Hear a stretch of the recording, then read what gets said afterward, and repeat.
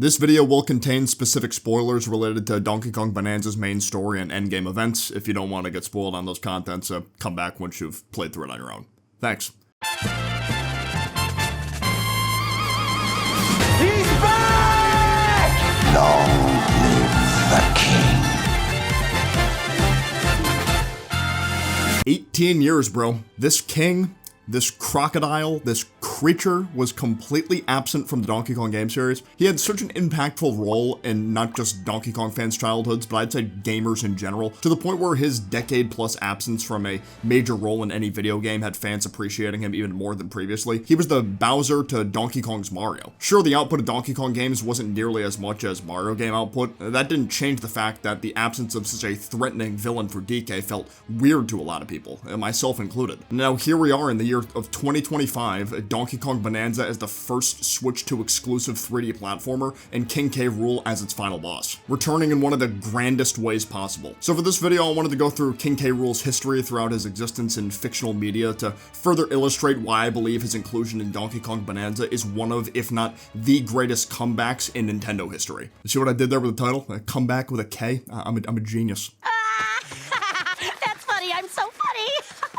As pretty much everyone is aware, King K. Rool's first official appearance was in the first Donkey Kong Country as the main antagonist. Kremlin crew invades DK Island, steals Banana Horde, builds a toxic factory towards the island's peak. You get the gist of it. He wasn't always the cartoonish looking yet menacing Croc we know now though. Concept art from Rare employee James Ryman initially drew K. Rool with a more muscular and somewhat realistic look. This body type in particular is quite similar to the Clubba and Cudgel enemies from Donkey Kong Country 2. Very muscular upper bodies with thin waists and smaller legs. The male one-piece character special right there. The concept sheet also shows his name as Crash. This was eventually changed to Crud as the concept evolved, where here we can see the design getting a bit closer to current K. Rool, larger torso, a cape, crown, and a arm brace for both arms. Granted, his face was still this pseudo-realistic looking crocodile face, and his name was, Crud. Eventually, the final name and design of K. Rool was settled between the combined effort of brothers Steve and Greg Miles. The K in his name has never been said to stand for anything specific within any of his major game appearances, but some like to think it stands for Crash or Crud due to those names being considered in concept. According to Greg, the title of Commander K. Rool was once considered during development too,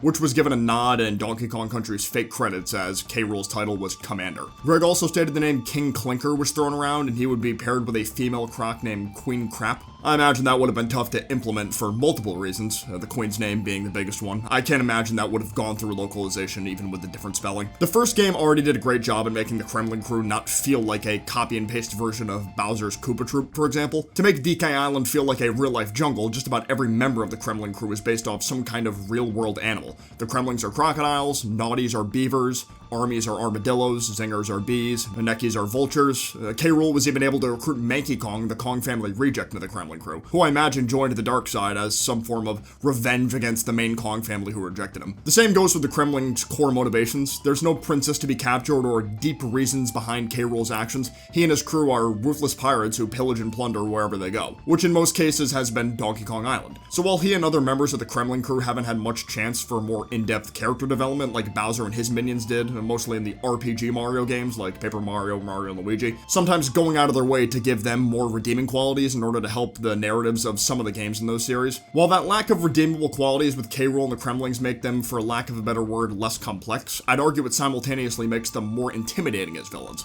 because these guys don't give a flying fuck. They are ruthless to the bone and will never waver on whatever initial goal they have in mind. Unless your name is K. Lumsy. He's actually a pretty nice guy. K. Rool's larger bloodshot eye is one of the most iconic parts of his design that not only looks pretty cool, but adds to this unhinged nature of his. He's absolutely insane and has this level of resilience within him that stayed consistent throughout most of his major appearances. The first beatdown you give him is never enough. He'll always get back up angrier and swinging harder than before. Obviously, Gangplank Galleon's theme, I'd argue, has become one of the most iconic video game boss themes of all time, including IPs outside of Nintendo. I will forever stand by David Wise being one of the greatest video game composers of all time for his work on most of the Donkey Kong Country games. The way he was able to incorporate random sounds you'd hear in the jungle or forest so seamlessly into these tracks is incredible. Gangplank Galleon is no exception to this. It perfectly captures the sea shanty feeling of, being on a pirate ship while slowly becoming more intense as the track goes on, because this is the final boss of the game and, it's got to feel some kind of intensity. This track, alongside some others like the Sticker Bush Symphony, are so beloved by people and the developers alike that they've been given different renditions over the years. After Donkey Kong Country 1, Gangplank Galleon has been given 11 different official arrangements since 1995. While the first Country game did a solid job at establishing what kind of villain K. Rool is, I feel like Donkey Kong Country 2 is the one that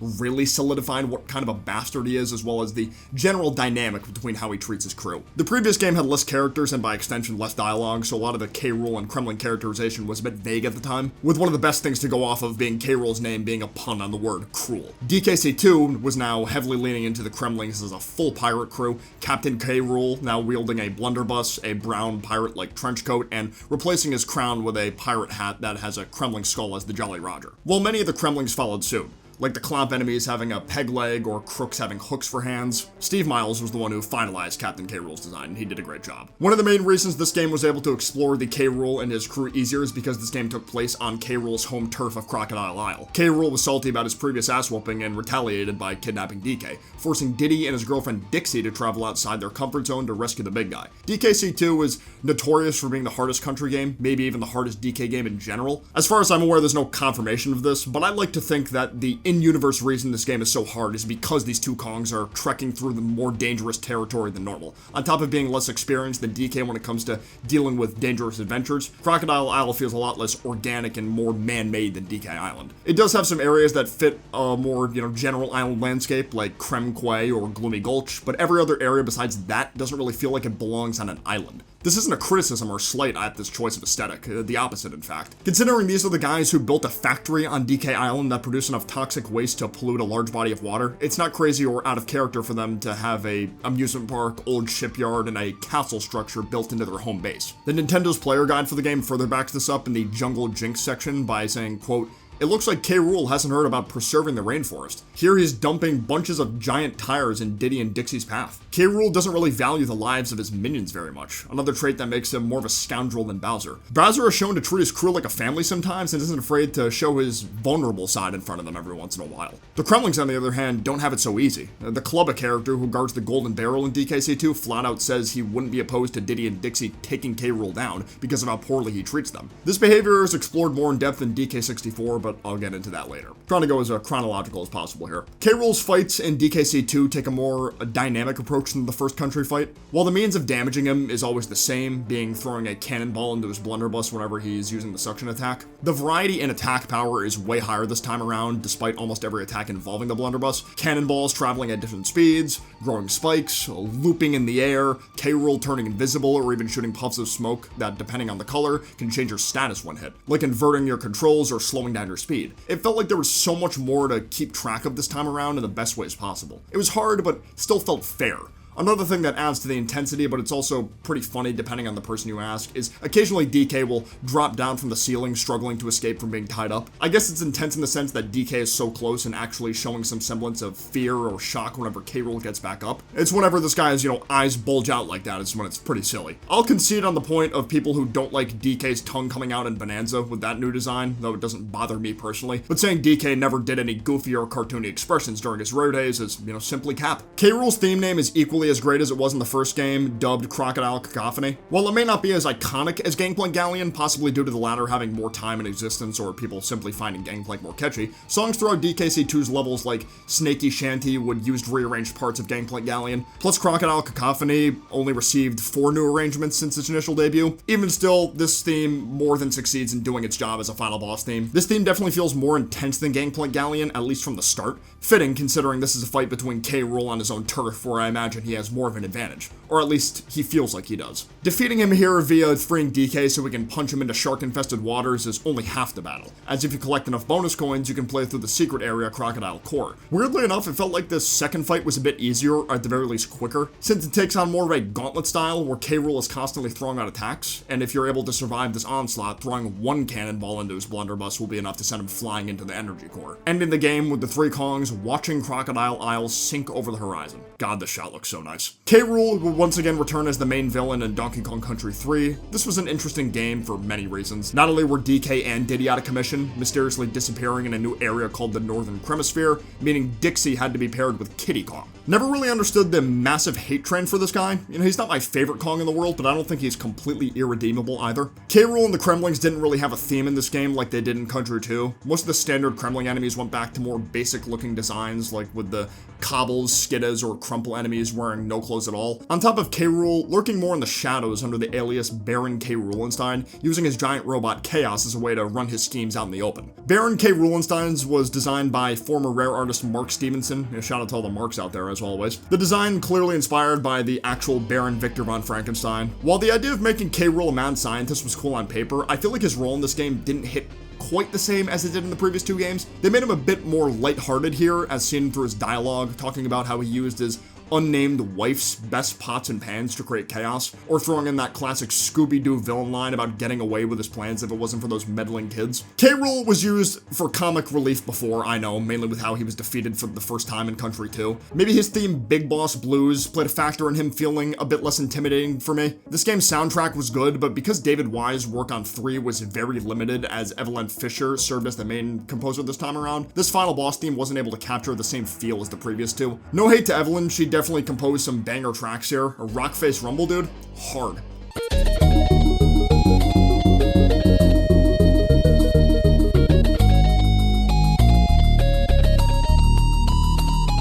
But filling shoes as big as David Wise's is not an easy feat to accomplish. At least K. Rool had a unique boss theme in the original. The GBA remake gave him one of the standard boss themes instead of a unique one. Apparently this was because of hardware limitations on the GBA though, so I can't give them too much flack for it. Baron K. Rulenstein's fight itself is probably my least favorite from the original trilogy too. While the mechanic of needing to dodge him flying around the room in between damaging him, and eventually having to time those hits so he gets electrocuted is cool, but all he does is fly back and forth while the arena hazards do the work for him. If you really want to, I guess you could argue this is in character for this version of K. Rool, who took more of a hands-off approach in this game by using chaos, so to do the same for his true boss fight makes sense, but that doesn't change the fact that from a gameplay perspective, it didn't feel as fun as the previous two. Once again, K. Rool could be fought a second time in the secret-rolled Krematoa if enough bonus coins were collected, specifically inside his Nautilus ship spelled with a K in the front, meant to be a pun on the sea creature with the same name. To give this fight some extra credit, having to utilize the background and the foreground to time your attacks was pretty neat. I imagine this was what served as the inspiration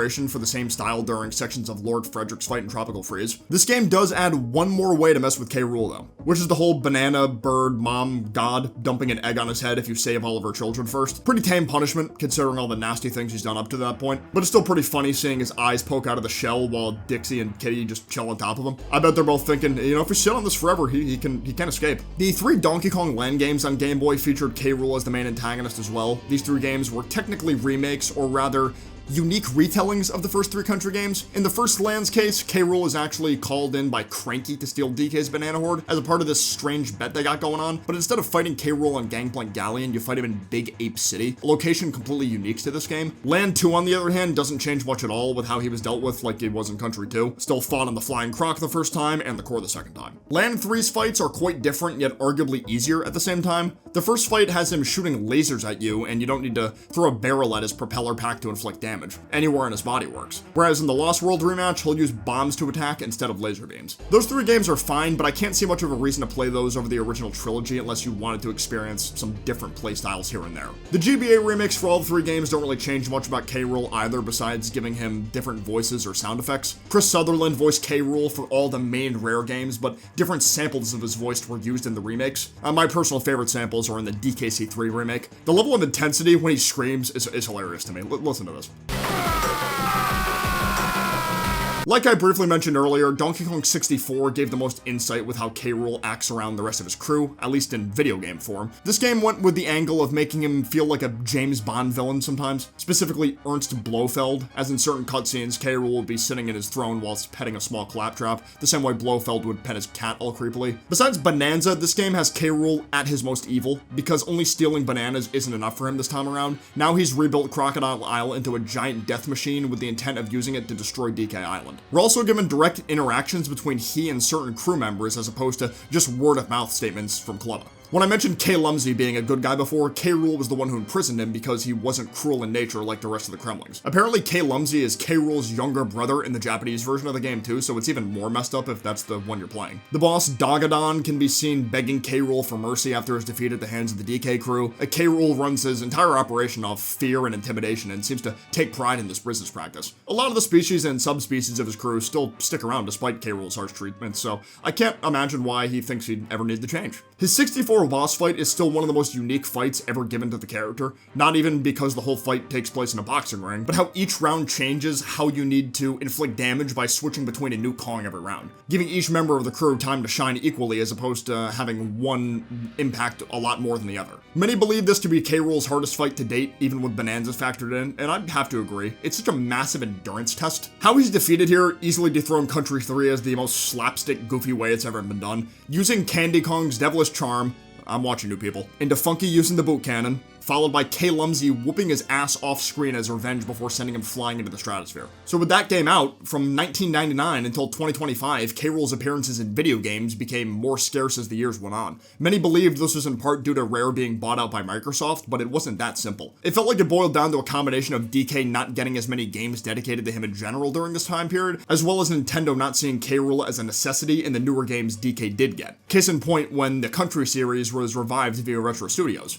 When Donkey Kong Country Returns was revealed, current Nintendo EPD senior officer Kensuke Tanabe went on record saying they didn't find it necessary for K. Rool and the Kremlings to return, wanting to try something new with the Tiki Tak tribe, a sentiment that would continue in Tropical Freeze, where the main villains were Lord Frederick and the Snowmads. Whenever K. Rool did appear, it was in spin-off titles, like Donkey Konga, DK King of Swing, DK Jungle Climber, Donkey Kong Barrel Blast, Mario Super Sluggers, or even Camp Hyrule, a mixture of games that either felt very gimmick-focused or multiplayer-focused. Donkey Konga's K. Rool appearance is tied to a specific mini-game, Bash K. Rool, since that game's a rhythm game with not much of a main story to trek through. Same with Camp Hyrule. It was a virtual camp/internet forum set up by Nintendo of America that consisted of different mini-games involving other Nintendo characters. K. Rool was a part of two games called Donkey Konk and Kremlin Crush. While King of Swing and Jungle Climber do have more of a goal to stop K. Rool, those games are the more gimmicky ones, with both games revolving around almost entirely vertical movement across different obstacles. It's like the cage climbing sections in 2D Mario games, but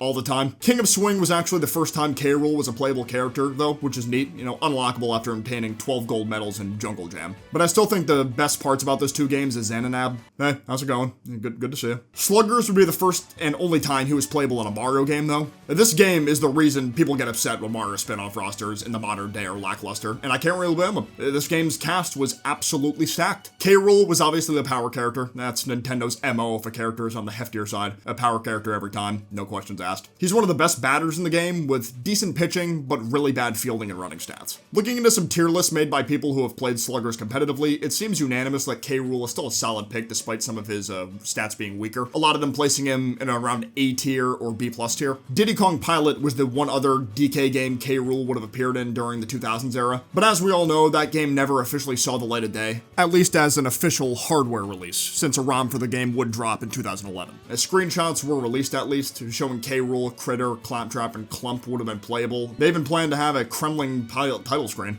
Unfortunate. So from 2008 into his Smash Ultimate character reveal, K. Rool's game appearances were next to non-existent. The most he got pre-Smash Ultimate was trophies, a Mii Brawler costume in Smash 4, and a street named after him in New Donk City. K. Rool was around long enough in the gaming space where people were desperate to see him return in some capacity. Smash was the biggest contender for this. Social media posts and YouTube comments alike trying to make their voices heard when it came to wanting K. Rool as a playable fighter. I think the only other Mario adjacent characters that had around the same level of fan demand as K. Rool were Waluigi and Geno. So when he was confirmed to be a playable fighter at Smash Ultimate launch, people were losing their minds. It felt like even the people who weren't super into DK games like that still recognized how amazing and deserved K. Rool's inclusion was. Being included in Smash always gave people that semblance of hope maybe this character will start appearing in games again. The possibility is there, but it's never a guarantee. I've joked around about, characters like Captain Falcon or Ness's Smash inclusions being proof of that, yet characters like Marth and Roy being in Melee, whether it was intentional or not, was the start of Fire Emblem games making their way to the West. Now, prior to Melee, the Fire Emblem series was exclusive to Japan. Since its move to a wider market, Fire Emblem has become one of the more noteworthy Nintendo IPs,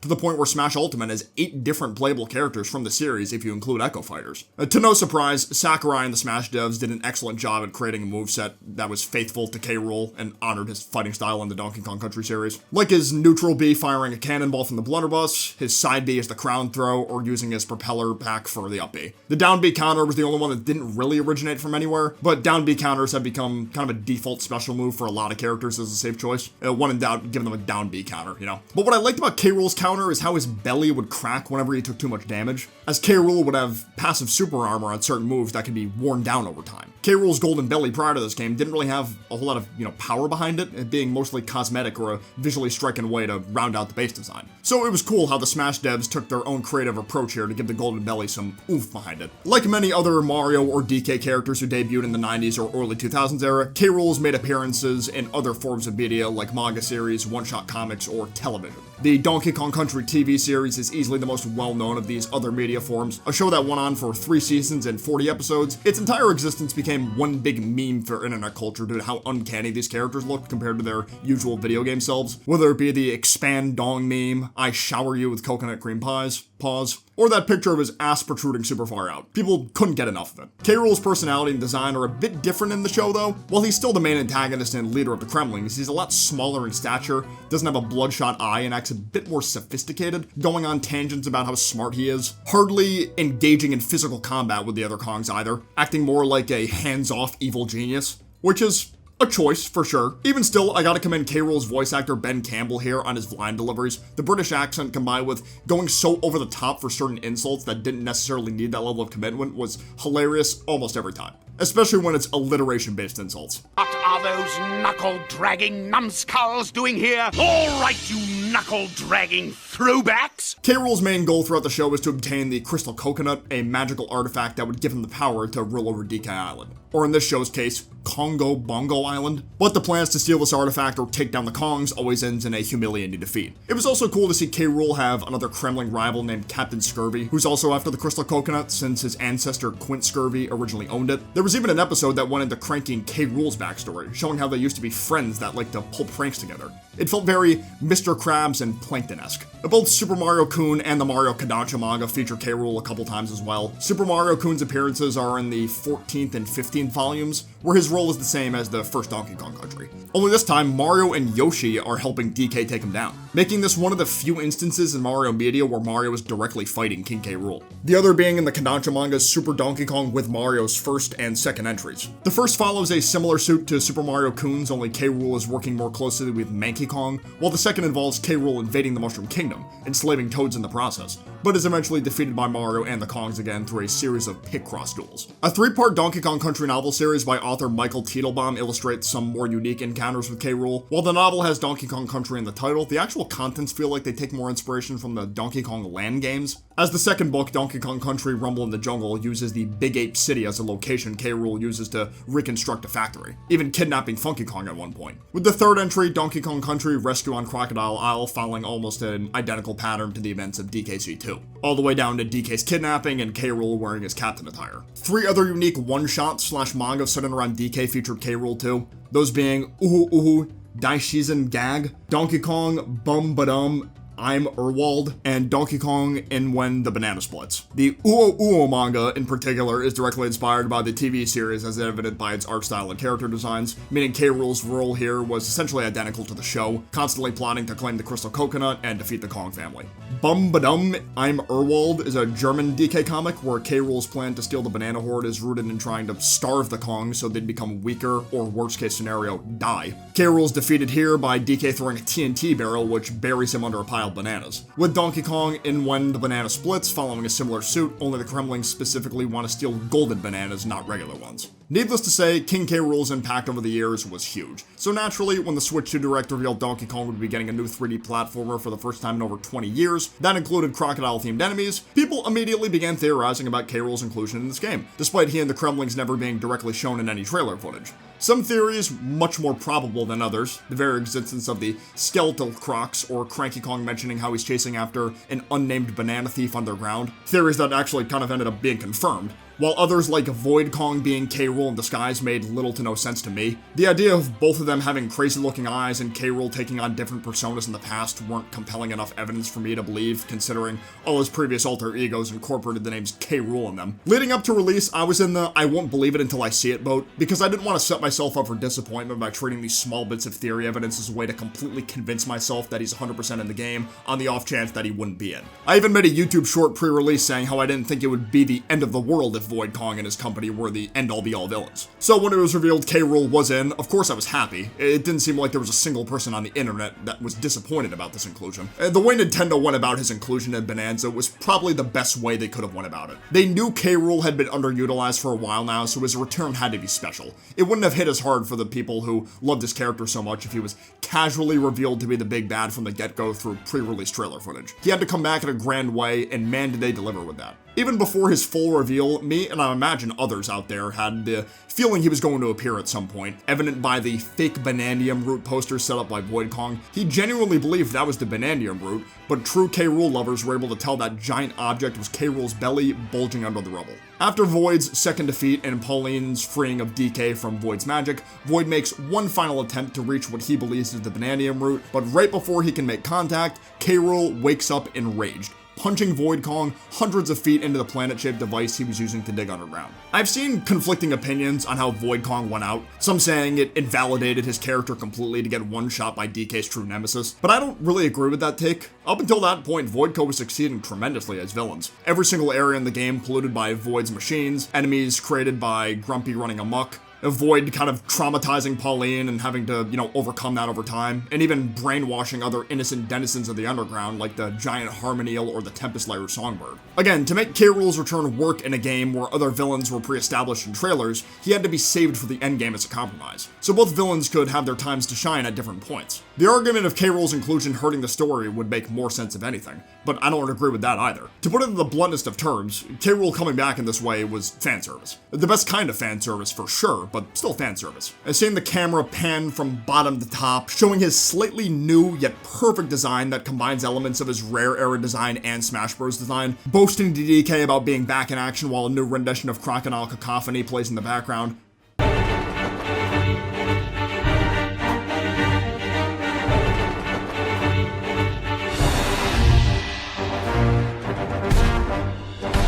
Laughing maniacally as he free falls down to the Bananium Root's true resting place. Upon reaching the planet core, DK and Pauline would need to undergo a gauntlet of Kremlin crew challenges in order to reach K. Rool. Many iconic enemies returned like the Critters, Neckies, Zingers, Claptraps, Armies, and Kabooms. The Kabooms are great, but I wonder what the thought process was for their inclusion since they're the only returning ones who aren't in the first country. Maybe it was gameplay based since their explosive bodies could be used to blow up golden walls in the Kremlin Cragmire section. All the sublayer names following the typical Kremlin naming convention too, like Claptrap Crossing, Critter Crevice, or Kremlin Coliseum. From reaching the planet core onwards, loading screen artwork involving K. Rool would start to pop up every now and then, highlighting little tidbits related to his character. One of them saying how K. Rool loves bananas just as much as DK, but only if they're bruised and mushy. It's cool how they finally gave him a reason for wanting to steal DK's banana hoard after so many years. Maybe the reason he didn't eat them all immediately in the first game was because he needed to play the waiting game so they'd rot out naturally. Upon reaching the planet core, the time came to fight K. Rool again after so many years. He proceeds to transform himself in a Bananium boosted version of himself to be more powerful than normal. Quick side note, I like how Nintendo decided to make him as big as his DK64 self. He was always a bit bigger than DK in the country games, but making him 3 to 4 times DK's size here made him feel more imposing to me. The fight takes a lot of inspiration from Country 2, with K. Rool using his blunderbuss again to shoot cannonballs that leave toxic mush trails or a suction attack. This fight gave me a bit of trouble at first, but once I got the patterns down, it wasn't that bad. A lot of it came down to when in doubt pick Elephant and using Kong Bonanza more whenever he's using the cannonballs. But just like the other games, this first defeat wasn't enough to completely stop this deranged king. I was grinning ear to ear when they started playing the fake credits, transitioning to K. Rool flying up to the Bananium Root using his DK3C propeller pack, refusing to let the Bananium Root get away. All the while, one of the best renditions of Gangplank Galleon plays in the background.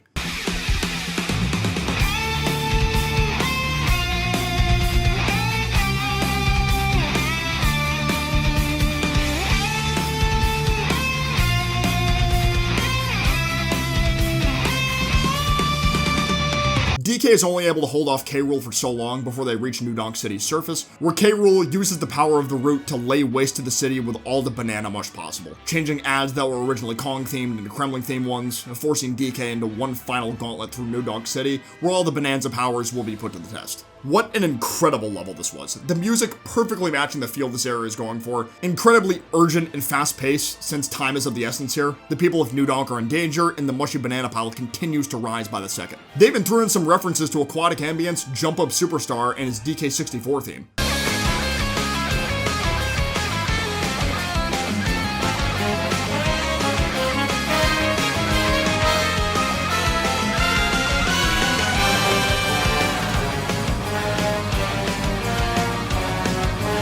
Once the gauntlet is cleared, K. Rool awaits atop City Hall inside a ring just like in DK64, only this time he's using as much Bananium Root power as possible to give himself his own take on a Bonanza transformation, becoming K. Rool the King of Rot. This is where the true final battle begins. The King of Rot battle theme not only has its own unique styles that sound great, it also takes pieces of Crocodile Cacophony, again, Big Boss Blues, and DK64. This really is an OG Donkey Kong fan's wet dream. If I had to give this boss fight one critique, is I wish it did a better job at utilizing all the Bonanza transformations. Elephant and Kong felt like they were the only ones that were really necessary here, with the occasional zebra thrown in if you wanted to dodge the suction attack with more ease. The fight concludes with DK punching K. Rool into space as he complains about his plans being foiled again. What a way to end a video game. Now that K. Rool has officially returned to the series he was created for in such a spectacular way, I do believe this could be the start of him appearing in more Mario/DK related spin-off titles or future single-player focused DK games again. Future Mario Kart DLC could be the perfect way to go about doing this. Including him and the rest of Voidco may even encourage Mario Kart players who haven't played Bonanza yet to give it a try.